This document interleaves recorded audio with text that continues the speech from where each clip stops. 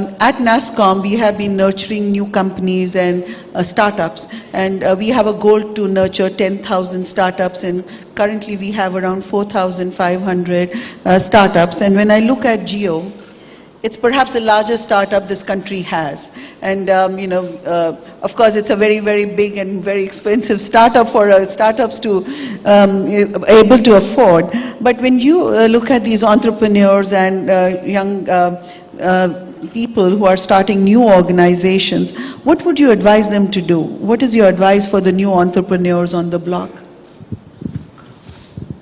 Well, my advice to, more than advice, I'll share what I have learned. I think advice to an entrepreneur is not appropriate, so I can only share, like, the first piece was really taught to me by my father, in terms of saying that, so he says, and he first gave me when I had just come back from Stanford Business School, so I said, what is going to be my job? Please describe my, what do I do now? Roles and responsibilities. In terms of roles and responsibility, absolutely. So he says, Acha, am I giving you, if you're a job, then you're a manager, right? If you're an entrepreneur, you'll figure out what you want to do. So I'm not going to tell you anything, figure out what you want to do. Right?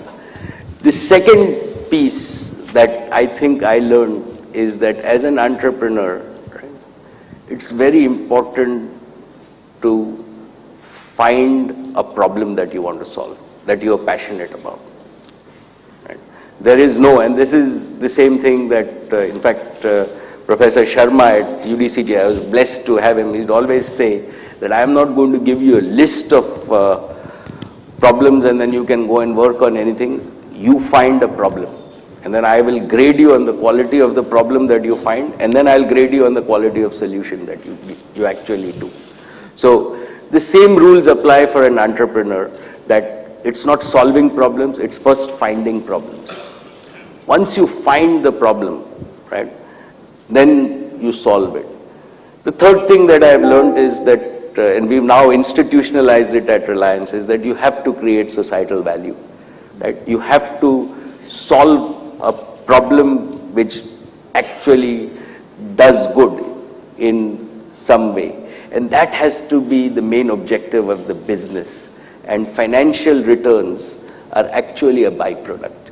If you focus only on financial returns, right, chances are that you would not really become great and solve your own passion. The other piece that I have learned is failures are normal.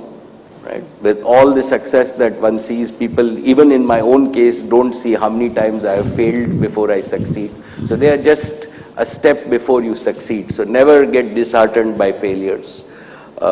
Learn from them, but never give up.